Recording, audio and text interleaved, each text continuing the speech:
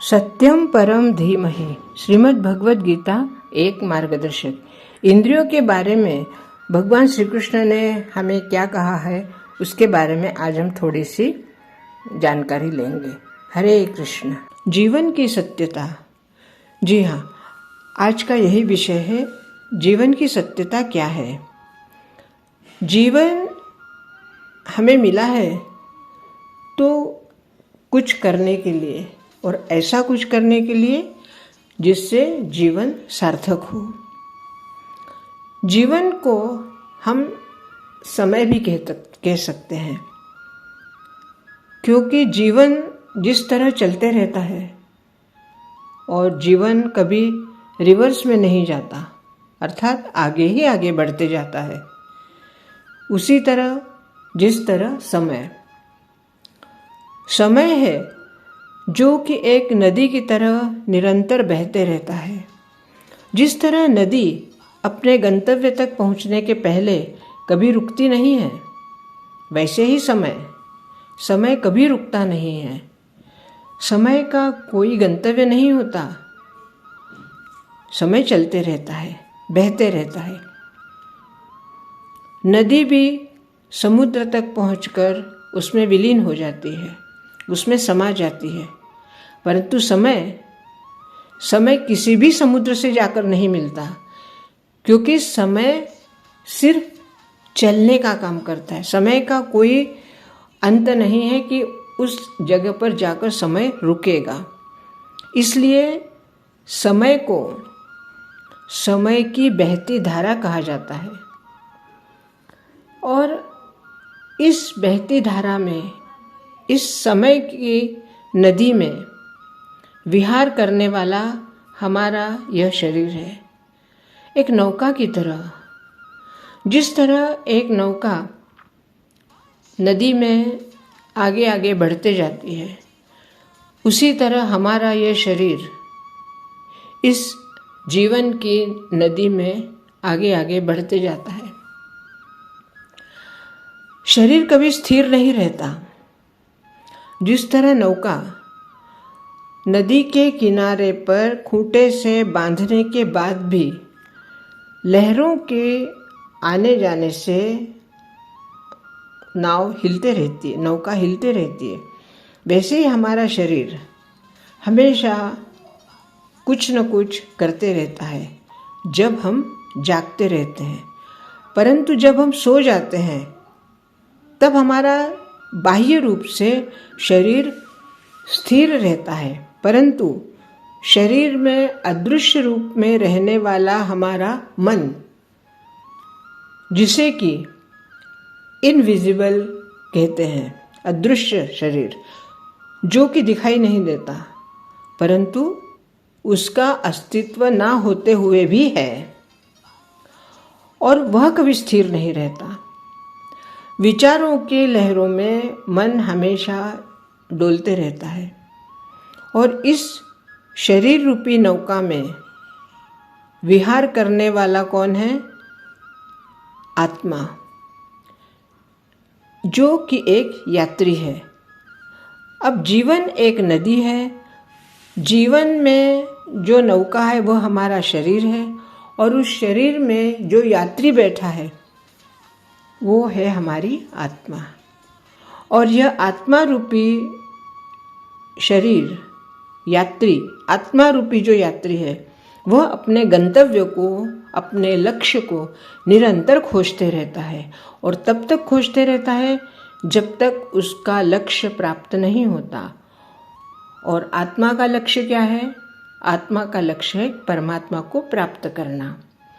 जब तक यह आत्मा इस शरीर के माध्यम से परमात्मा को प्राप्त नहीं कर लेता, तब तक पुनरपि जननम पुनरपि मरणम पुनरपि जननी जठरे शयनम, बार बार हमारा जन्म होते रहता है, बार बार नया शरीर मिलते रहता है, और बार बार हमारी आत्मा नया नया शरीर धारण करके आत्मा परमात्मा की खोज में चलते रहता है। जब तक यह आत्मा शरीर से गृहस्थ जीवन भोगते रहेगा, तब तक वह भविष्य भाग्य रेखा को नहीं देख पाएगा, क्योंकि भाग्य जो आने वाला है, जिसे हम भविष्य कहते हैं, और गृहस्थ जीवन का मोह ऐसा होता है जो मनुष्य को भविष्य को देखने ही नहीं देता। वो देख नहीं पाता कि भविष्य में क्या होने वाला है, क्योंकि वो मोह माया में इतना जकड़ा हुआ रहता है कि कई बार गृहस्थ जीवन में कुछ ऐसे कार्य भी वह कर देता है जिसका परिणाम अच्छा नहीं होता, परंतु उस परिणाम की तरफ उसका ध्यान नहीं जाता, क्योंकि वह मोह माया में फंसा हुआ रहता है और इसी वजह से वह भविष्य देख नहीं पाता। गृहस्थ जीवन का कार्य समाप्त होते होते अगर मनुष्य ने गृहस्थी में रहते हुए ही गृहस्थ संन्यास धारण कर लिया तो वह अपने आत्मा को परमात्मा की प्राप्ति तक पहुंचा सकता है। गृहस्थ जीवन का कार्य समाप्त होते ही मनुष्य को गृहस्थी से अपने आप संन्यास धारण कर लेना चाहिए, तभी उसके जीवन का अंतिम पड़ाव सहज ही उपलब्ध हो जाता है।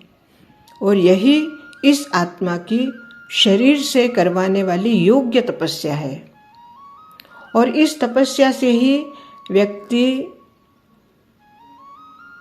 परमात्मा को प्राप्त होता है।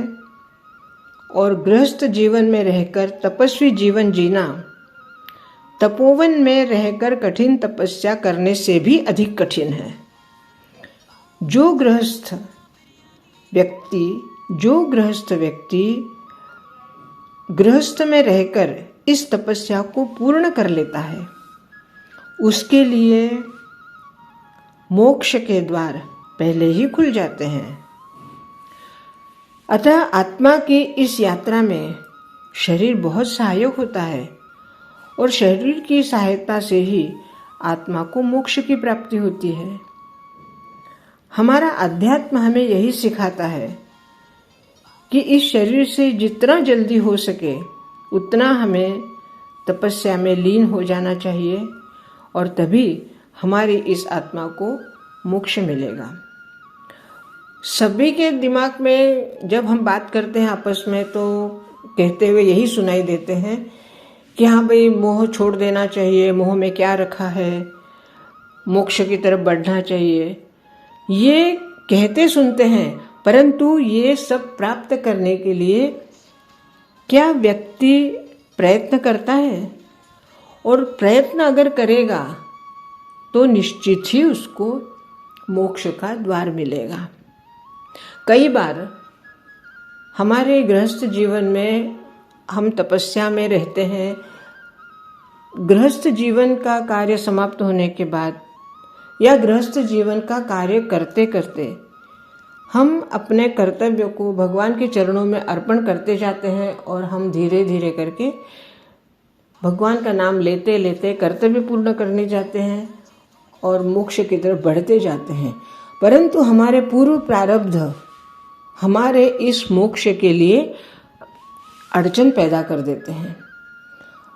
ऐन मौके पर हमारे सामने ऐसा कुछ प्रस्ताव आ जाता है जो कि हम कुछ देर के लिए पथभ्रष्ट हो जाते हैं, और वो पथभ्रष्ट होने की वजह से जितनी हमने तपस्या की हुई होती है वो तपस्या कहीं न कहीं फिर लोप होने लगती है, और पुनः हमें तपस्या को शुरुआत करनी पड़ती है।